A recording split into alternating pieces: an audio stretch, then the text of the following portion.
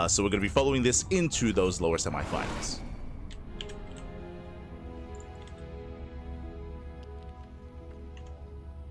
There we go, found it. Beautiful. Also, we have your favorite colors as well. It totally won't be confusing. Oh, thanks. Well, at least it's not on that map that glows in the dark like crazy. All right, everyone. Welcome to Ley Lines, where we lay the lines. And therefore they are laid. Not sure what they're doing, but they're there. They're definitely there, because it's ley lines. We're in the southwest corner of the map, all the way from the land of South Korea. Wait, he doesn't have a team now? No, teamless.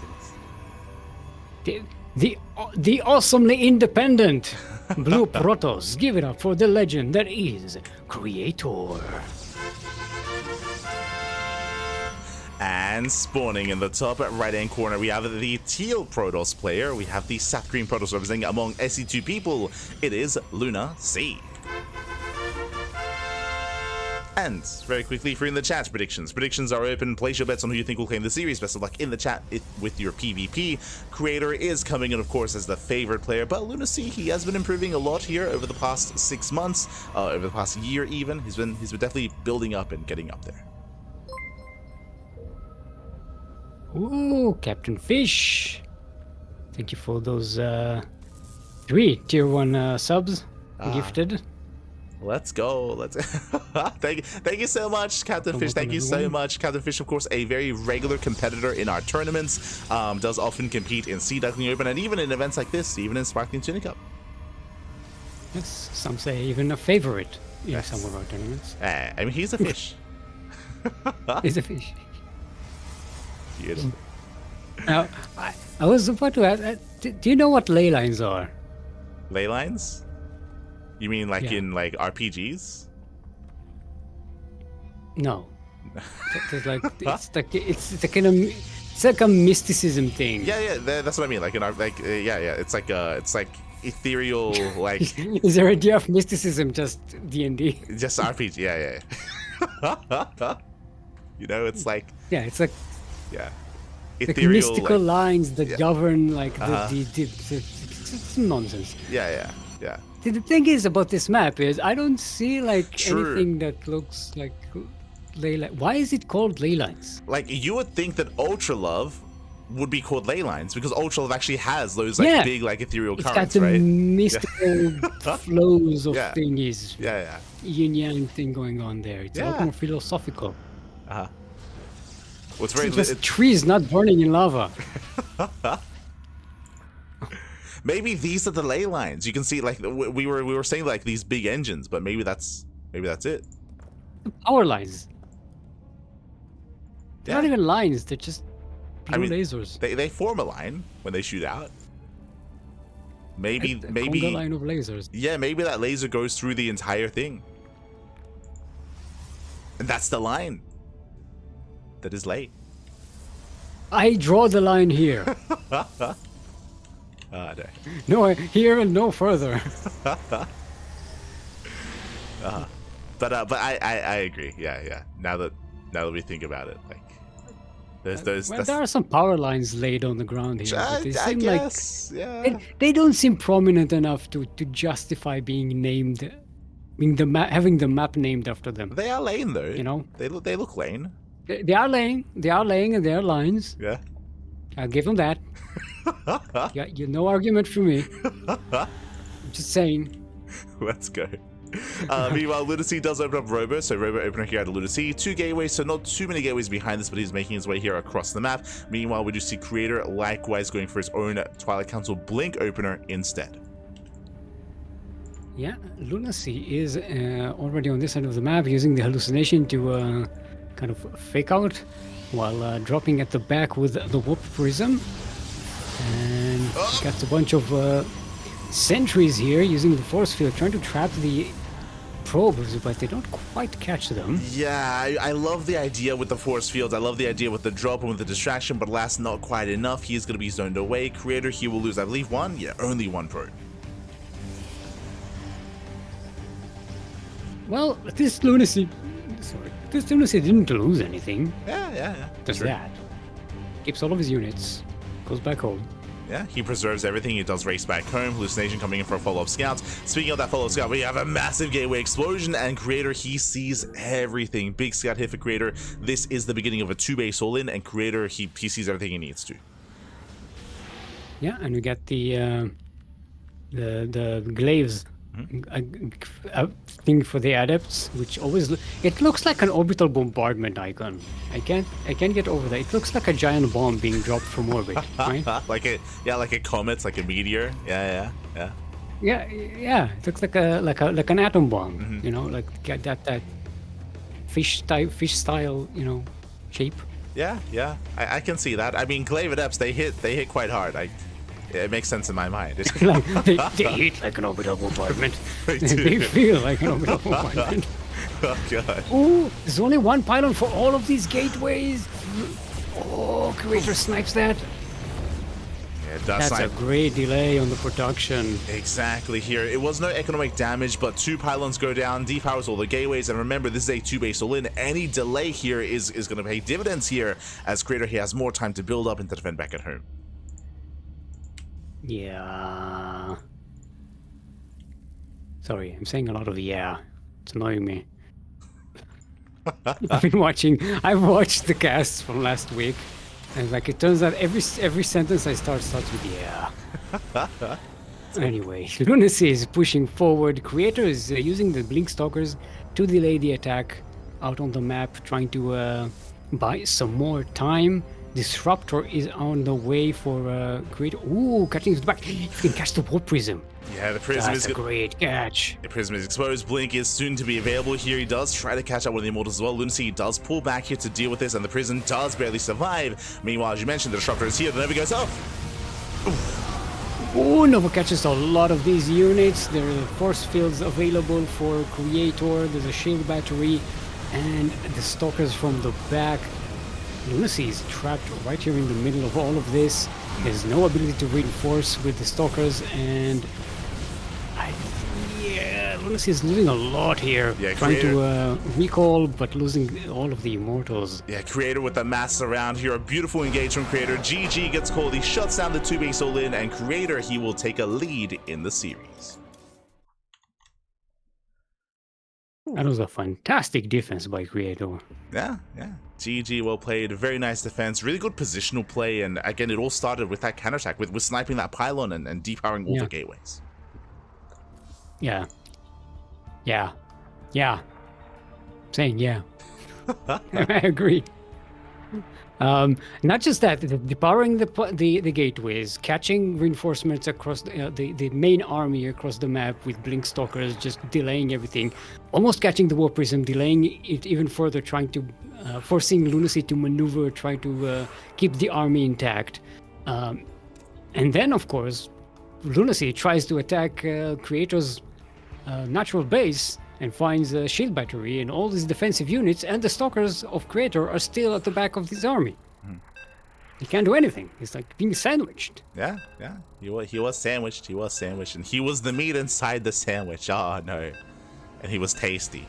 It wasn't the meat, it was the mayonnaise squeezing out because... Oh, no.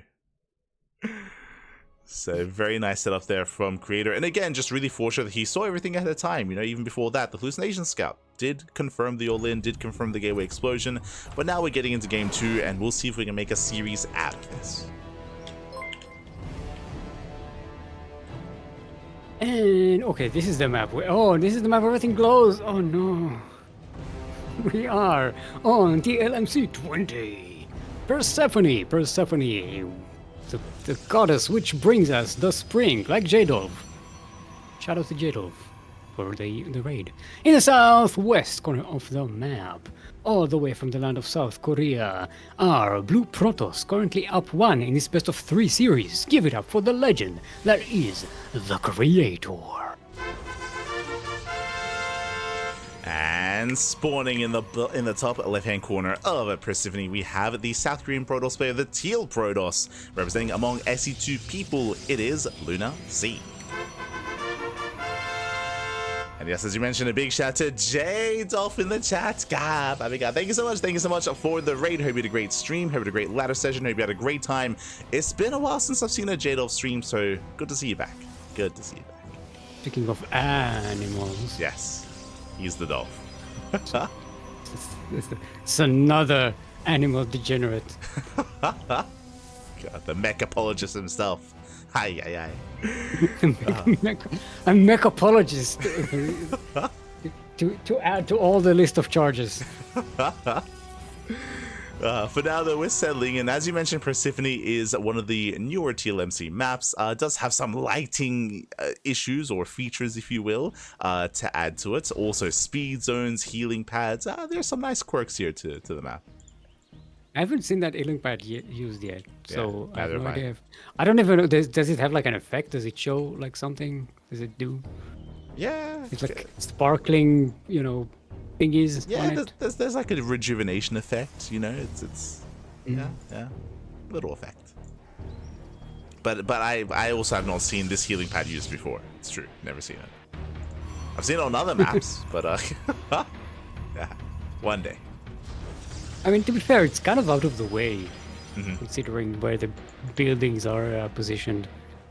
This is the redshift configuration. This map. Got that. There's two bases on the left side with sort of docked path on the between them. It's I like these maps. They're weird. They're difficult to read, but I like them. Yeah, it's refreshing, right? Instead of just having everything like left versus right, like to have something a little bit more vertical, a little bit on the other side. Nice variety here to the map pool is what I will say. It's one of the reasons why we chose this map to our tournament. But we'll see how we open up. LunaSea did hide his third pylon to try to make it look like he was proxying, but so far just going for a standard economic opener, and Creator will confirm this with the hallucination. Remember when Redshift, everyone hated Redshifts at the start and thought it was like a very cheesy map, and it ended up being like on that map pool, the macro map where all the games ended up taking forever. Yeah. I remember. It's one of those maps where it did start off very cheesy, but like after a while you get used to it, right? You get used to it, you get more accustomed to like the defensive positions to take advantage of, and you can get into longer games, right? Like over time. Yeah. Yeah, you go Gangnam Terran versus Gangnam Terran True. once in a while. Fucking degenerates. this fucking clown, man. No. You act like you were legendary... Gangnam Terran, but we both know that didn't happen. You did not ladder. But also was happening. I never went Gangnam Terran. Okay. I never did that. Yaku does it. Yaku all the time. He does. Or he did. They don't have maps like that anymore, unfortunately. That's why he doesn't do it anymore. It's not because he doesn't want to. It's true. It's because he can't. It's true.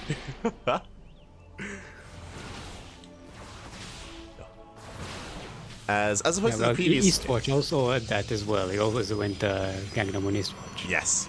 Eastwatch was the map. Beautiful. From here, though, we do have our standard openers. It is going to be our Twilight Council opener here into Blink from both players. We can see LunaSea is going for a faster third expansion. This is a little bit greedy here from LunaSea. Creator, he's going for a Robo before expansion just to be a little bit safer. I wonder, well, Creator does see the expansion here. So I wonder if he's just going to go, you know what, you're expanding? That's a big mistake. No, he's actually expanding himself. Not going to abuse that. He's going to try and leverage his better defensive position to just get a third base and keep it up and running. Yeah. I'm wondering what he's going to use for harass. He's going to need to harass on the other side of the map in order to get some value out of this.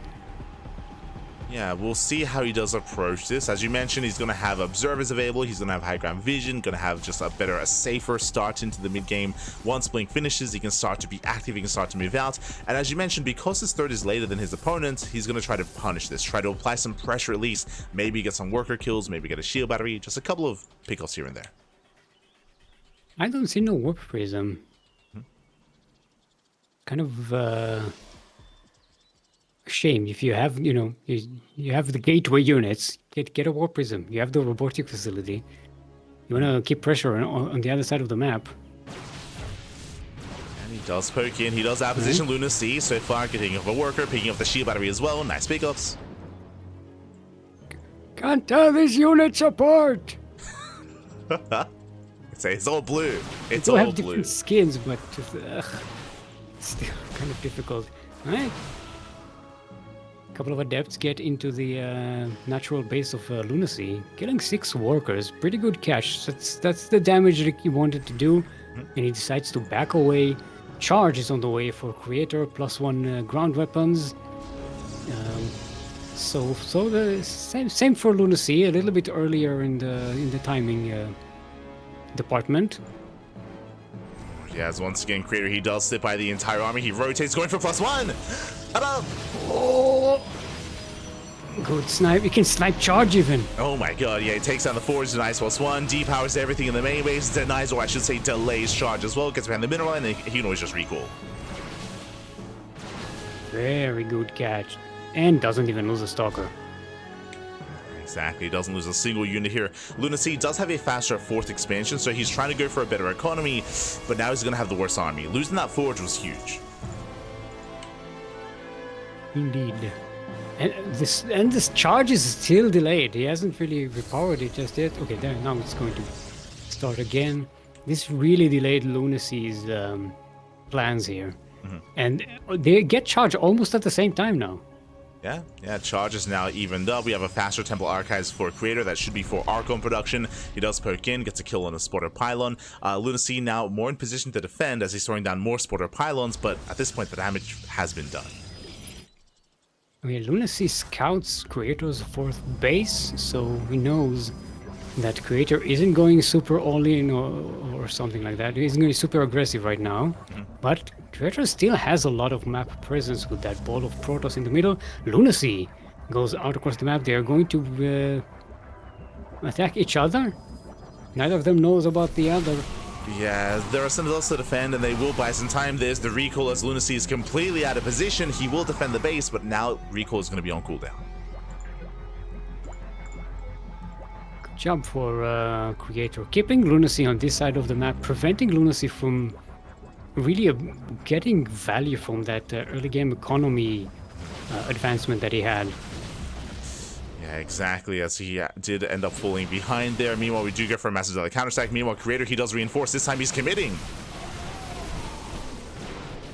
They're getting engaged here while LunaSea's charge lots are getting into the natural and 3rd base of Creator. But they're not really finding a lot of damage there just yet. They're not being controlled. LunaSea is more concentrated on blanking up these stalkers in this fight. With the Immortals and the Archons for Creator, there's a lot more beef on his side of the army, and he's cleaning out all of these stalkers despite their blink ability. Yeah, there's no shield batteries, there's no zealots here to buffer either, and Creator, he just snowballs out of control. He breaks his defensive line, he breaks the expansion. As you mentioned, zealots are getting some damage across the map, but they're defensive weapons, and Creator, he will defend back at home. So in terms of workers, they lose pretty much the same, but LunaSea lost a base, while Creator did not. Yeah, and Creator's army is just superior. Like, he has not just Blink Stalkers and Charge Lots, he has Immortals, he has Archons, he has a little bit more complexity to his army. Meanwhile, LunaSea, he's stuck with purely Stalkers and Zealots. It's not a great position to be in. There's no high-tech, literally no high-tech units for LunaSea. Just nothing. Yeah, Not even a exactly. sentry. if you can call that high-tech. Yeah, there's no spellcasters here. He's going to try to engage with, again, the Zealots. They just kind of push into the Archon, and really nice hold position micro here from Creator. He does not overextend himself. He's just waiting for his opponent to come in, and that base is going down. It's just he keeps jumping forward, trying to get the Immortals to shoot the Nexus, and they're just not quite there. There we go. GG is called. And Creator, with the very competent decision making here and defenses, just takes the game. Yeah, GG, well played, Creator. He does take the series 2-0. Very impressive here. We saw two different sides from LunaSea. Game 1, LunaSea went for a 2-base all-in with those Glaive Adepts. Game 2, LunaSea tried to be greedy instead, and we saw Likewise, two different shades of Creator. Creator able to scout, delay, and deny the all-in Game 1, and here in Game 2, he was able to punish the greed of his opponent by getting into the bases, going for these counterattacks, slipping adepts into the mineral line, and knocking down expansions. Like, really, really soul play there from Creator.